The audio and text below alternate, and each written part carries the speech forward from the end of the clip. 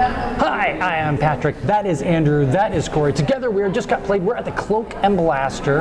We just got done playing Ghosts of the Moor. Join us for Ghosts of the Moor.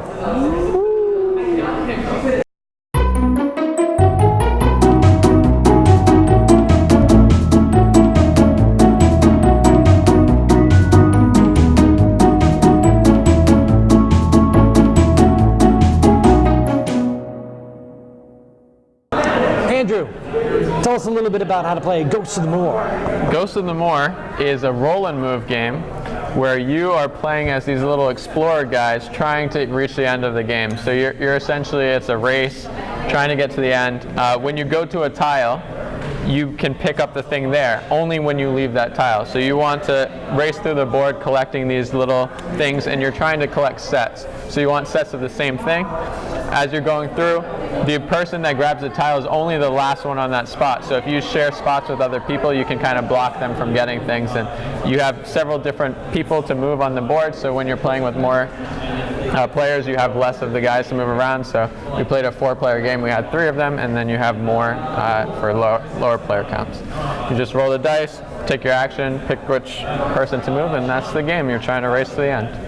And some of those treasures offer like a set collection aspect to it too. So if you have 2 of one kind, if you can get more points. If you have 3, it gets even more points. So those treasures you're trying to collect, you're trying to stay away from the ghosts. Although the ghosts are negative points, but can be used dropped on a spot. If a space doesn't have anything, it's kind of like a dump site where you have to drop stuff there, and ghosts count as that drop, so you can lose the negative points that way. Yep, I think that's a perfect explanation of the game. And when you get to the end, you also have the victory points, so they go descending order, right?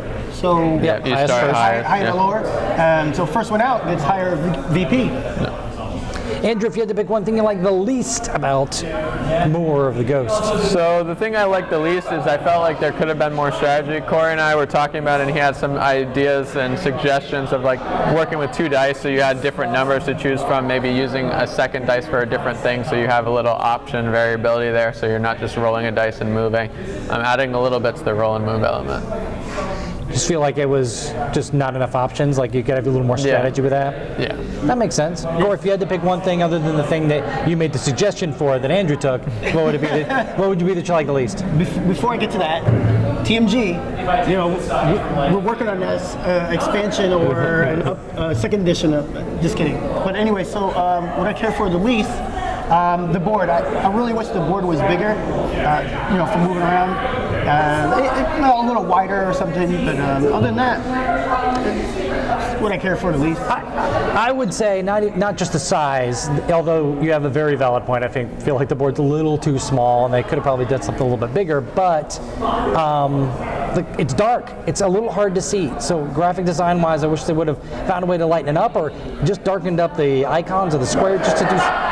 I mean, it looks good. Yeah. I think it looks good. It's just too dark. The art is nice. It's just hard to see, like when low light, where the path is, and I think that's the most important part, is like understanding where the path goes. And there's something you like the most. What is it? I like the art. I think the art is good, and I like the artwork on the board. I just feel like it being dark, it makes it a little difficult to see where you're supposed to be going. I agree with that. Cory, if there's one thing you like the most? The components. The component quality is really good. You got the dudes or dudettes. They look pretty cool. Chits are good thickness. Yeah. Oh yeah, definitely. It's like a sateen finish, not a gloss finish. I like that too. Yeah. If there's one thing I like the most of the game, it's the fact that I think it has a fair amount of strategy, and not all of us feel that way, but I feel like it has a fair amount of strategy, and it's super easy to learn. That first turn, you actually have no strategy because you start the game with a simple roll and move, but as the game progresses, you develop more and more strategy, and the board kind of fills out, and it creates more strategy over the course of the game, and it almost sets itself up to teach you how to play the game as it gets more difficult. So that's the thing I like about it the most. I think design-wise, to teach someone how to play this game was fantastic. In addition to that, when you get to the end and you're down to one guy, you're like, oh, I'm rolling this one guy, so whatever I roll, that's what I'm gonna get. So do I want to go out with one guy, or do I want to try to get them both out at the same time? So it's kind of you could kind of delay that and increase your strategy. It's really kind of an interesting idea. But this is Moor, Ghosts of the Moor, not more of the ghosts. I already said that earlier. No, we don't want more ghosts. This is the Ghost of the Moor. I am Patrick, that's Andrew, that's Cory. We're at the Cloak and Blaster. Thank you very much for watching Just Got Played. More of the ghosts. We just need more of them, I guess. Yeah. That would make the game have more No strategy. more ghosts. I don't want no more no negative VPs.